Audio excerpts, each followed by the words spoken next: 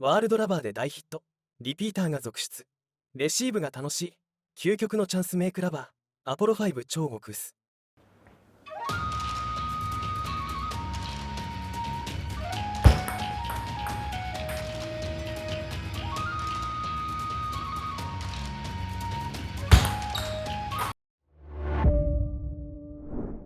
こんにちは。ワールドラバーマーケットのグッチーです。本日のゲストは WRM の新スタッフ山下海人選手です。彼はポルトガルリーグでのプレー経験があり、次にオランダでのプレーを予定しています。これからも様々な国に活躍予定の彼の応援をよろしくお願いします。山下選手はウィザード契約選手であり、X もやっているので、詳細は概要欄をご確認ください。本日の動画のテーマは、上級者が実践する練習したサーブを試合で最大限に活かす方法について解説していただきます。この内容は全ての選手に活用できます。サーブの練習を重ねても、試合になるとサーブミスをしたり、緊張して甘くなってしまい、相手に打たれてしまうという経験、誰しもあるのではないでしょうか。実際私自身も練習では良いサーブができていても、大事な試合の場面でミスをしてしまい、結果的に負けてしまったことがあります。こういった悩みを解決するために、山下選手が上級者の視点から練習したサーブを試合中に最大限に活用を教えてくれます。このやり方を覚えることで、試合中でも自信を持って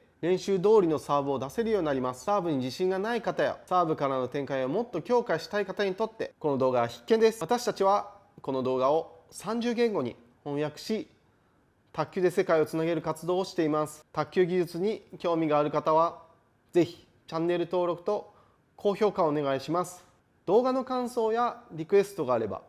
ぜひコメント欄に記入してください。皆さんの反応が私たちの動画を作る力になります。よろしくお願いします。では山下選手のレッスンを見ていきましょう。皆さんこんにちは。山下海人です。今日のテーマは上級者が実践する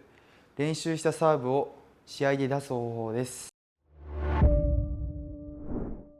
一つ目はボールのことで、試合が近づいたり試合で出すサーブを練習するときは必ずポケットにボールを入れないでボール1個でサーブ練習をします。で、試合前じゃない場合は新しいサーブを覚えるとか種類を増やしたいって時はポケットにボールをいっぱい入れて練習します。なんでポケットにボールを入れないかっていうと、その試合の時は、ポケットにボールを入れずに試合をするので、できるだけ同じ環境で同じ心境に持っていくためにボール1個で自分に少しプレッシャーをかけて練習します。で、いっぱい練習しなければいけない時はやっぱりそのボールいっぱい持ってガンガンサーブを出していって、ミスしてもいいのでサーブ練習をする。で、新しいサーブを身につけるっていうようにやっています。じゃあまずはポケットにいっぱい入れていろんな種類のサーブを覚えるためにやるサーブ練習です。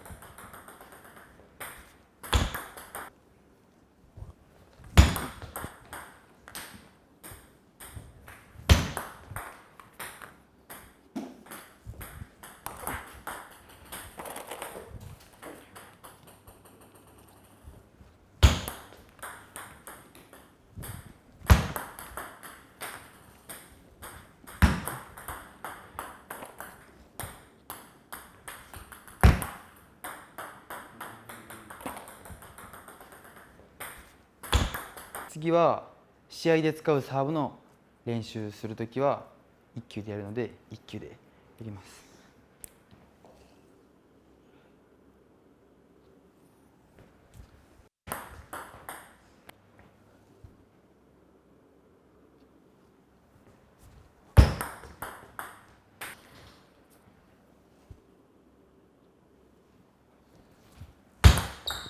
います。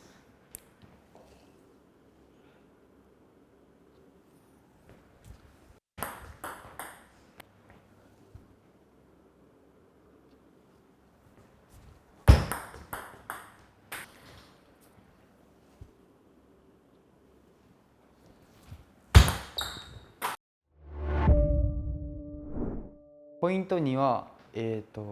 試合会場の照明を事前に確認して、どれぐらい明るいのかとか天井の高さとかを事前に会場を見に行くか、もし見に行けない場合は、インターネットで調べて、確認します。でなぜ確認するかというと、そのハイトスサーブが出せる照明なのか、色も大事やし、そのボールと被らない色なのかで、眩しくない照明だったらハイトスサーブをより試合前に使って、システムを組むようにやるしイメージするし、もし照明が難しい明るいやつだったり、そのボールが見えにくくなるって分かってるんだったら、ショートサーブをより練習して、試合前のイメージをするようにしています。ポイント3は卓球台の種類の確認。これも一緒で、試合会場がどういう卓球台が使われているかを事前に確認する。卓球協会の人に聞いてもいいし、ネットで調べて、この会場は 3A が多いなとか、そういうのを調べて、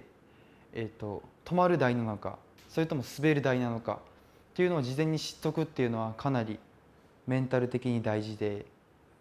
もし止まる台だったら、その下回転とかいっぱい出しても絶対打ちにくくなるので、下回転打ちがでストップも止まりやすくなるので、よりストップレシーブをしていった方がいいなとか、勝負どころ止まりやすいなとかイメージしやすくて、で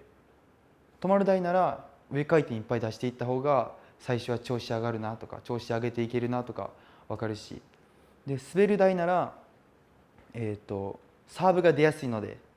より序盤はこうハーフロングを待って出てるサーブは回転かけて先手取るっていう意識が持ちやすくなるし、下回転サーブとか出してしまうと、上回転サーブを出してしまうと出やすくなったりするので、よりナックルサーブが重要になってくると思います。あとは滑り台はロングサーブがこう突き刺すように入るので、ロングサーブが有効だなとかをイメージを持って試合に行くことができるので、よりメンタルが安定すると思います。海外発送をスタート。世界228カ国にお届けします。詳細は概要欄をご覧ください。卓球で世界をつなげよう。